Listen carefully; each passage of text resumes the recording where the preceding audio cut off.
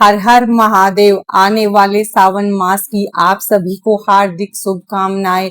सावन का पवित्र महीना शुरू होने वाला है। अगर आप 16 सोमवार व्रत करना चाहते हैं तो आप इस वीडियो को शुरू से लेकर अंत तक जरूर देखें। इस वीडियो में 16 सोमवार व्रत के संपूर्ण नियम, पूजा विधि विस्तार पूर्वक बताई गई है और क्या हम इस बार से 16 सोमवार व्रत शुरू कर सकते हैं, उस बारे में भी आज की वीडियो में जानेंगे। जितना मुझे 16 सोमवार व्रत के बारे में पता था, मैंने आपको पूरी जानकारी इस वीडियो में दी है। आपके सारे सवालों के जवाब अगर आप ये वीडियो पूरी देखते हैं तो आपको मिल जाएंगे। तो चलिए हम अपनी वीडियो शुरू करते हैं। 16 सोमवार व्रत आप कर रहे हैं तो सबसे पहला नियम है पूजा का, कि आप पूजा कहाँ करेंगे, कब करेंगे।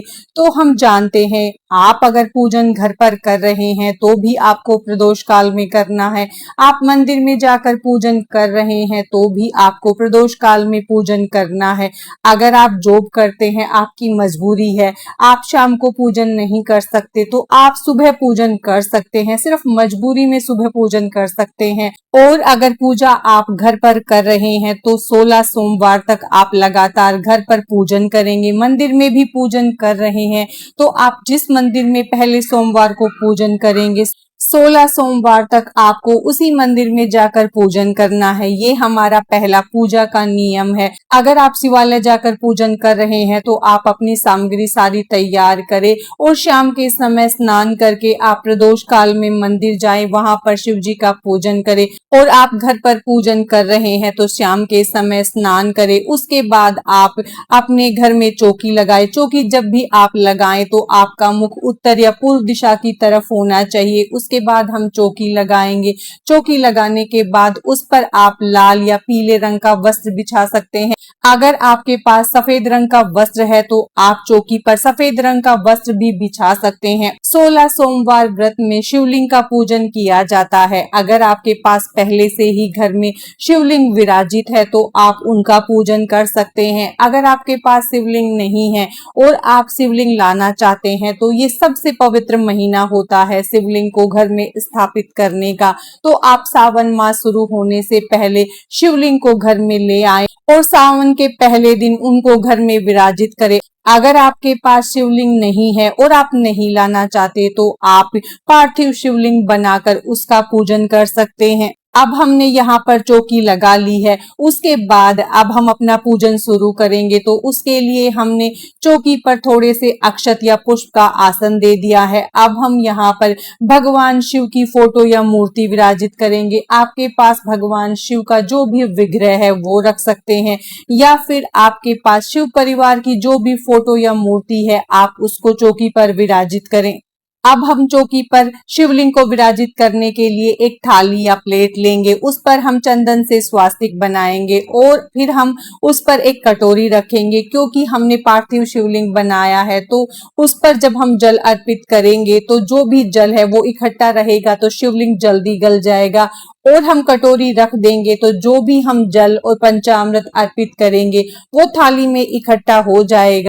अब हमने शिवलिंग को चौकी पर विराजित कर लिया है। दूसरा नियम है कि आप जिस भी शिवलिंग का पूजन पहले सोमवार को करेंगे उसी का पूजन आपको 16 सोमवार तक करना है। अगर आप पहले सोमवार को पार्थिव शिवलिंग का पूजन कर रहे हैं तो आपको हर सोमवार को नया शिवलिंग बनाना है और उसका विसर्जन करना है और उसका पूजन करेंगे। इसी तरह से आप बीच में शिवलिंग को बदल नहीं सकते हैं। अगर आपके पास शिवलिंग है तो आप 16 सोमवार तक उसी का पूजन करेंगे। आपको पहले सोमवार के दिन ही सभी चीजों का ध्यान रखते हुए पूजन करना है। उसके बाद हम चौकी पर घी का एक दीपक जला देंगे। और जब भी आप दीपक जलाते हैं शिव पूजन के लिए तो उसमें 2 बत्ती बनाकर 1 बत्ती तैयार करें और उसका आप दीपक जलाएं। उसके बाद हम चौकी का शुद्धिकरण करेंगे। तीसरा और जरूरी नियम है संकल्प का। संकल्प का नियम आपको सुबह लेना है।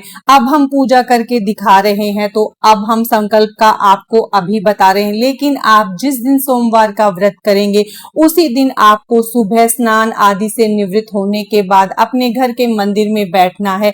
हाथ में थोड़े से अक्षत, पुष्प, जल और एक सिक्का लेकर भगवान से प्रार्थना करनी है। हे भगवान शंकर, मैं आज से 16 सोमवार का व्रत करूंगी। अपना नाम बोले, अपना गोत्र बोले और जहां आप रहते हैं वो स्थान बोले। अगर आप शादीशुदा हैं तो अपने पति का नाम बोले, अगर कंवारी हैं तो अपने पिता का नाम बोले। और मैं आज से ये व्रत कर रही हूँ, मेरी ये मनोकामना है। 16 सोमवार तक मैं सोमवार के पूरे नियमों का पालन करते हुए आपका व्रत करूंगी। आप मेरी कामना को पूर्ण करें और मुझ पर कृपा बनाए रखे। इस तरह से आप अपना संकल्प करें। आप कैसे व्रत करेंगे? फलाहार रहकर, निर्जल रहकर, एक समय भोजन करके आप अनाज का भोजन करेंगे या फल का भोजन करेंगे, वो भी आपको संकल्प के दौरान ही बोलना है। तो आप अच्छे से विचार कर ले कि आप अपना व्रत कैसे करना चाहते हैं। उसके बाद आप संकल्प लेते समय वो भी बोले। उसके बाद हम भगवान के चरणों में हाथ के अक्षत और पुष्प को समर्पित कर संकल्प करने के बाद हम अपने घर के मंदिर की सुबह की जो हमारी पूजा है वो कर लेंगे। उसके बाद अगर आप कुछ पीना चाहते हैं तो वो कर सकते हैं। फिर आपको ये पूजन प्रदोष काल में करना है, या तो मंदिर में कर सकते हैं या घर पे जैसे हम आपको विधि बता रहे हैं वैसे कर सकते हैं। उसके बाद सबसे पहले हम भगवान को जल अर्पित करेंगे। जल में हमने गंगा जल पहले ही मिला लिया है, तो पहले हम भगवान का जल से अभिषेक करेंगे। उसके बाद हम भगवान का दूध से अभिषेक करेंगे। आप चाहे तो पंचामृत से भी अभिषेक कर सकते हैं, लेकिन आप दूध से अभिषेक कर रहे हैं तो आपको इस बात का ध्यान रखना है कि दूध आपको कच्चा ही लेना है। गर्म किया हुआ दूध हम भगवान शंकर पर अर्पित नहीं करेंगे। आप पंचामृत ले रहे हैं तो उसे तांबे के बर्तन में ना रखें, या तो आप चांदी का आपके पास कोई बर्तन है तो उसमें डालें, या आप स्टील के बर्तनों में डाल सकते हैं। उसके बाद हम भगवान का फिर से शुद्ध जल से अभिषेक करवा लेंगे। इस तरह से हम 3 बार भगवान का अभिषेक करवाएंगे। अभिषेक करते समय आप मंत्रों का जप लगातार करते जाएं, या तो आप ओम नमः शिवाय मंत्र का मन ही मन जप करते रहें। आप किसी और मंत्र को जप करना चाहते हैं तो वो भी जपते रहें, लेकिन पूजा के समय मन में मंत्रों का जप करते रहना है। उसके बाद हम फोटो में विराजित भगवान का भी स्नान की भावना करवाते हुए स्नान करवाएंगे। उसके बाद हम शिवलिंग पर चंदन से तिलक करेंगे, त्रिपुंड बनाएंगे। आप अष्टगंध चंदन ले सकते हैं या फिर आप सफेद वाला चंदन ले सकते हैं। जो चंदन आपके पास उपलब्ध हो उससे आप भगवान को तिलक करें, त्रिपुंड बनाए। फोटो में विराजित शिव जी को भी हम चंदन से तिलक कर लेंगे। गणेश जी का पूजन करेंगे तो उसके लिए हम गणेश जी को रोली हल्दी से तिलक करेंगे, अक्षत समर्पित करेंगे, पुष्प समर्पित करेंगे। इस तरह हम भगवान गणेश का पूजन करेंगे। उसके बाद हम भगवान शंकर का पूजन करेंगे तो भगवान को जनेऊ अर्पित करेंगे। जनेऊ भी आपको 16 सोमवार तक लगातार अर्पित करना है। उसके बाद हम अक्षत अर्पित करेंगे। आप चाहें तो 16 सोमवार में हर सोमवार को 108 साबुत अक्षत भगवान पर अर्पित करने का नियम ले सकते हैं। जैसे आप 108 अक्षत को गिन ले और ओम नमः शिवाय मंत्र का जप करते हुए एक एक दाना शिवलिंग पर अर्पित करते जाएं, या आप कोई अन्य अनाज भी अर्पित करना चाहते हैं तो वो भी आप भगवान शंकर पर अर्पित कर सकते हैं। उसके बाद हम भगवान को वस्त्र स्वरूपी कलावा अर्पित करेंगे। फिर हम भगवान को बेलपत्र अर्पित करेंगे। तो पहले आप बेलपत्र का पीछे वाला भाग तोड़ दे और बेलपत्र के चिकनी तरफ पर आप बेलपत्र पर चंदन से तिलक करें, या फिर आप राम नाम लिख सकते हैं, लेकिन जो चिकनी तरफ होती है उसी पर आप तिलक करें और राम नाम लिखे। फिर भगवान पर चिकनी तरफ से ही बेलपत्र अर्पित करें। बेलपत्र की संख्या भी आप अपने हिसाब से ले सकते हैं। आप 2, 3, 5 जितना बेलपत्र अर्पित करना चाहते हैं उतना ले सकते हैं। उसके बाद हम धतूरे के पत्ते, धतूरे का फल, धतूरे का फूल अर्पित करेंगे। आपको मदार के पत्ते या फूल मिल जाते हैं तो आप वो अर्पित करें, और जो भी पुष्प आपके पास उपलब्ध है आप वो अर्पित करें, क्योंकि आप जो पहले दिन अर्पित कर रहे हैं उन्हीं चीजों का ध्यान रखें। जो चीजें आप अर्पित कर रहे हैं 16 सोमवार तक हमें वही चीजें अर्पित करनी है, तो आपको जो चीजें आसानी से मिल जाए वही आप 16 सोमवार में अर्पित करें, ताकि आपको आगे समस्या न हो। उसके बाद फोटो में विराजित बाकी देवी देवताओं को भी हम तिलक करेंगे, दीपक को भी हम तिलक कर लेंगे। उसके बाद फोटो में विराजित सभी को हम वस्त्र स्वरूपी कलावा समर्पित करेंगे। उसके बाद हम कोई भी ऋतु फल अर्पित करेंगे। आपके पास जो भी ऋतु फल उपलब्ध हो आप वो कर सकते हैं। उसके बाद हम माता गौरी को श्रृंगार का सामान समर्पित करेंगे। माता को हम पहले चुनरी समर्पित कर देंगे। श्रृंगार का सामान आप 16 सोमवार के दिन हर सोमवार को भी अर्पित कर सकते हैं। उसके बाद उसका दान कर सकते हैं, या आप सावन सोमवार के पहले सोमवार को श्रृंगार का सामान माता को अर्पित कर सकते हैं, या फिर हर सोमवार को भी आप कुछ न कुछ श्रृंगार दान कर सकते हैं। ये भी बहुत अच्छा माना जाता है। श्रृंगार का सामान आप अपने हिसाब से 16 की संख्या में ले सकते हैं, 2 ले सकते हैं, 5 ले सकते हैं, 7 ले सकते हैं, या सिर्फ आप चूड़ी और बिंदी माता को अर्पित कर सकते हैं। सावन के महीने में हरे रंग का विशेष महत्व होता है, तो आप सावन के महीने में माता गौरी को हरी रंग की चूड़ियाँ जरूर अर्पित करें। आप उन चूड़ियों का दान कर सकते हैं, या फिर आप उन चूड़ियों को स्वयं भी पहन सकते हैं। ये भी बहुत अच्छा माना जाता है।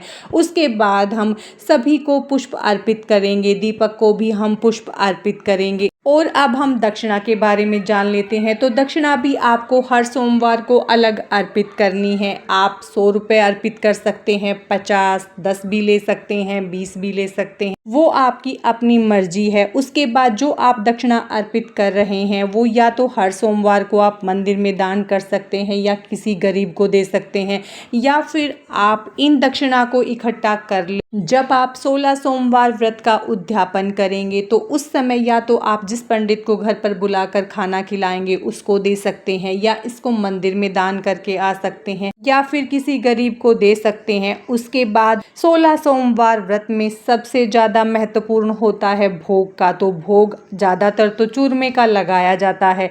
अगर आप अनाज का व्रत नहीं करना चाहते तो आप फल का ले सकते हैं। कोई भी आप एक फल चुन सकते हैं, बस आम को आप ना चुने, क्योंकि आम इस सीजन में है, उसके बाद समाप्त हो जाएगा। जो हम 16 सोमवार के पहले सोमवार के दिन भोग बनाते हैं वही हमें 16 सोमवार तक खाना होता है, तो उसका भी आप ध्यान रखें। 16 सोमवार व्रत में भोग के हिस्सों का भी विशेष नियम है।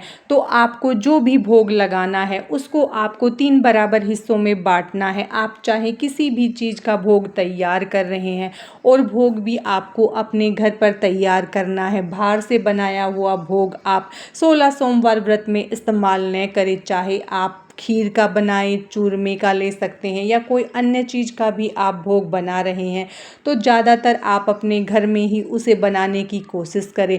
और 16 सोमवार व्रत में मीठा भोजन खाया जाता है, तो आप मीठा खाएं, लेकिन आपका स्वास्थ्य बिल्कुल भी ठीक नहीं है और आप बिना नमक के नहीं रह सकते तो आप एक समय नमक खा सकते हैं, वो भी आपको सेंधा नमक इस्तेमाल करना है। भोग में चूरमा ले सकते हैं, पंजीरी बना सकते हैं, और आप फल का भोग ले सकते हैं, और आप चाहें तो खीर बना सकते हैं, लेकिन उन सबको आपको 3 बराबर हिस्सों में बांटना है। फिर हम भगवान को भोग लगा देंगे। उसके बाद आपने जो भी भोग तैयार किया है, अगर आप मंदिर में पूजन करने जा रहे हैं तो उसके भी आपको 3 ही हिस्से करने हैं। मंदिर में अगर आप ये भोग समर्पित कर रहे हैं तो एक भोग आपको वहीं छोड़कर आना है, 2 आप अपने घर लेकर आएंगे, 1 को परिवार के सदस्यों में बांट देंगे, और तीसरा जो है वो आपको खाना है। उसमें से आपको किसी को भी नहीं देना है। अगर आप घर पर पूजन कर रहे हैं तो जो भगवान शंकर के लिए आपने भोग अर्पित किया है उसे हम गाय को देंगे, दूसरे को हम परिवार के सदस्यों में बांट देंगे, और तीसरा हम खाएंगे। उसमें से हम किसी को भी नहीं देंगे, वो आपको खुद खाना है। चाहे आप खीर का बनाएं, चूरमे का बनाएं, या फिर आप कोई फल लेना चाहते हैं तो जैसे आप केले ले 12 केले ले सकते हैं, 4 आप भगवान को अर्पित करें, 4 परिवार में बांटें, और 4 आप खा सकते हैं। अगर आप 4 नहीं खा सकते हैं आप केलों की संख्या कम कर सकते हैं, इसकी जगह आप खीर भी ले सकते हैं। उसके भी आपको 3 हिस्से करने हैं। जैसे भी आप भोग बनाएंगे उसके आपको 3 हिस्से ही करने हैं। और आप नमक वाला खाना खाते हैं तो उसमें प्याज लहसुन का इस्तेमाल न करें, वो शुद्ध सात्विक भोजन बनाकर उसे ही खाएं। पहले भगवान को भोग लगाएं, फिर आप खुद खाएं। अगर आप नमक वाला खा रहे हैं उसके भी आपको 3 ही हिस्से करने हैं। भगवान का हिस्सा हम गाय को देंगे, 1 हम सभी में बांट देंगे और तीसरा हम खुद खाएंगे। उसके बाद हम जल का एक लोटा लेंगे, हाथ में थोड़े से अक्षत लेकर सोमवार व्रत की कथा को पढ़ेंगे या सुनेंगे। उसके बाद हम अक्षत को लोटे में डाल देंगे। कथा सुनने के बाद अगर आप मंदिर में भी पूजन कर रहे हैं तो वहीं बैठकर एक माला ओम नमः शिवाय मंत्र का जप करें, या आप भगवान शंकर के किसी और मंत्र को जप करना चाहते हैं तो वहीं बैठकर आप एक माला भगवान के मंत्र का जाप करें। घर में भी आप कर रहे हैं तो एक माला आप भगवान के मंत्रों का जप जरूर करें। मंत्र आप कोई भी ले सकते हैं, जो मंत्र आपको अच्छा लगता है उस मंत्र का आप जप करें।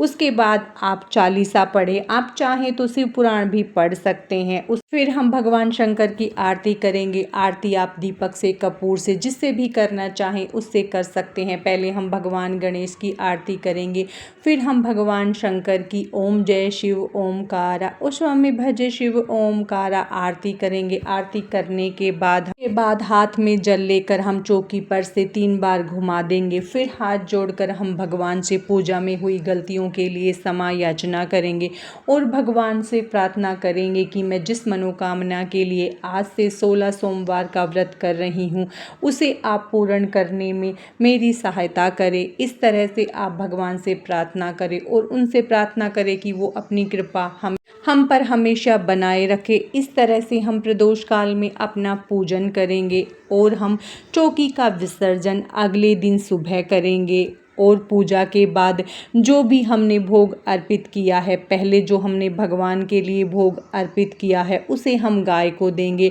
दूसरा भोग जो है उसे हम परिवार के सदस्यों में बांट देंगे। गाय को भोग खिलाने के बाद, परिवार में सभी को बांटने के बाद ही आप अपना भोग ग्रहण करें। और आपको अपना भोग खुद खाना है, उसमें से आप अपना हिस्सा किसी को भी नहीं देंगे। जरा सा भी हिस्सा आपको किसी को नहीं देना है, आपको वो भोजन खुद ही ग्रहण करना है। मंदिर में भी अगर आप पूजन करके आ रहे हैं तो भगवान शंकर के लिए जो आपने हिस्सा निकाला है उसे आप मंदिर में छोड़ के आएंगे और बाकी 2 हिस्से आप अपने घर लाएंगे। एक हिस्सा पहले आप परिवार के सदस्यों में बांटेंगे, उसके बाद ही आप भोजन खाएंगे। के बाद अगले दिन हम अपने चौकी का विसर्जन करेंगे। तो सुबह आप स्नान आदि से निवृत्त होकर आप अपनी चौकी का विसर्जन करें। उसके लिए आपने जो भी भगवान पर फूल पत्ते अर्पित किए हैं उन्हें आप पहले अलग कर ले, उनका आपको भूमि विसर्जन करना है। दक्षिणा हमने अर्पित की है, आप चाहें तो इस दक्षिणा को इकट्ठा कर सकते हैं। 17वें सोमवार को जब आप उद्यापन करेंगे तो उस समय आप इसको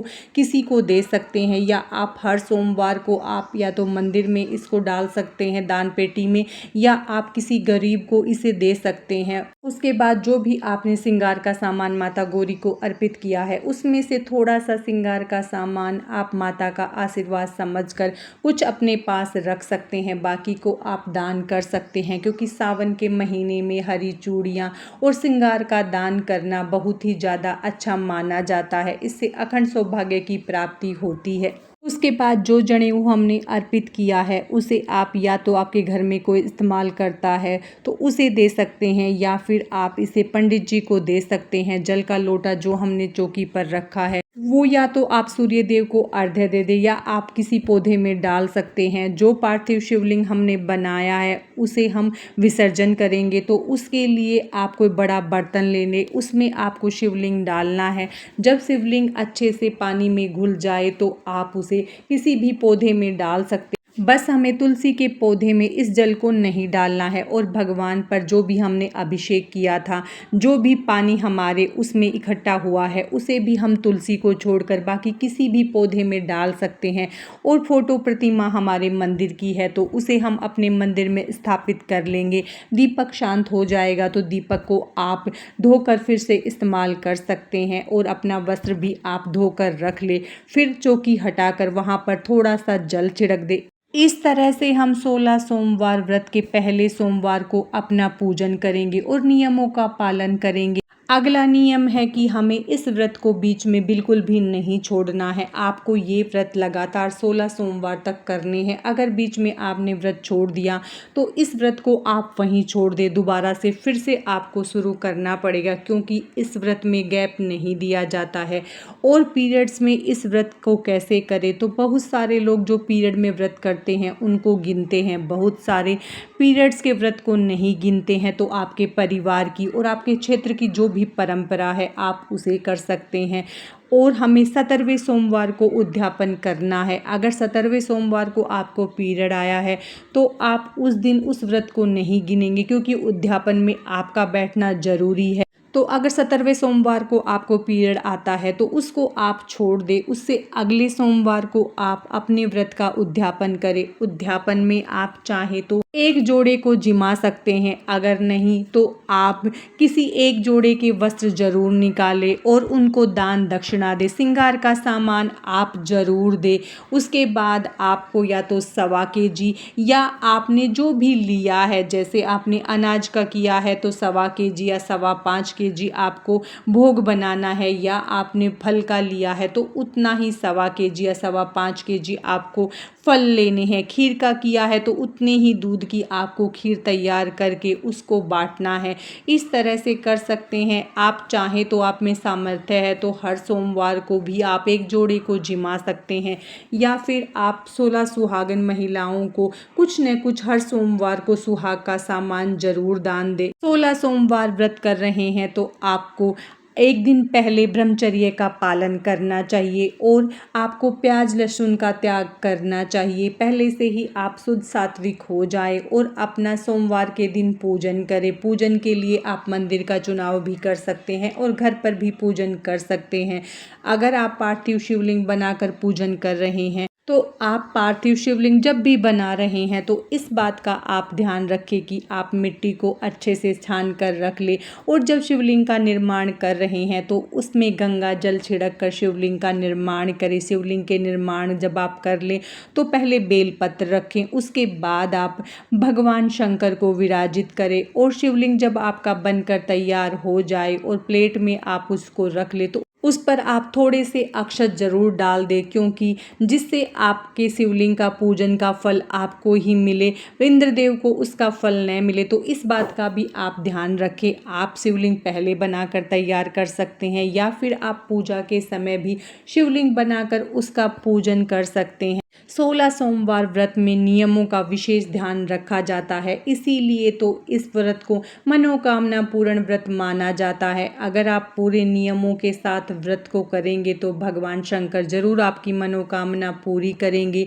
इस साल मलमास के कारण बहुत से लोगों के मन में ये संशय है कि हम सोमवार का व्रत शुरू करें या न करें। तो आपके क्षेत्र में जो भी परंपरा है, आपके परिवार की जो भी परंपरा है, आप अपने बड़े बुजुर्गों से पूछे कि आपके यहाँ मलमास के समय नया व्रत शुरू किया जाता है या नहीं, या आप आपके आसपास के मंदिर में जाकर पंडित जी से पूछें कि आप नया व्रत शुरू कर सकते हैं या नहीं। हमारे यहाँ कोई भी पाबंदी नहीं है मलमास के कारण, तो हम नया व्रत शुरू कर सकते हैं। अगर मैं अपनी बात करूँ तो मैं तो 8th क्लास से लगातार सावन के व्रत कर रही हूँ, और सोमवार के व्रत भी मैंने बहुत सालों तक लगातार किए हैं, और पिछले 7 सालों से पूरे सावन के महीने का ही व्रत करती हूँ। एक समय भोजन खाती हूँ। इस तरह से मैं अपना सावन करती हूँ। आज की इस वीडियो में बस इतना ही। भगवान शंकर की कृपा आप सब पर सदा बनी रहे, आप सब की मनोकामना पूर्ण हो। राधे राधे।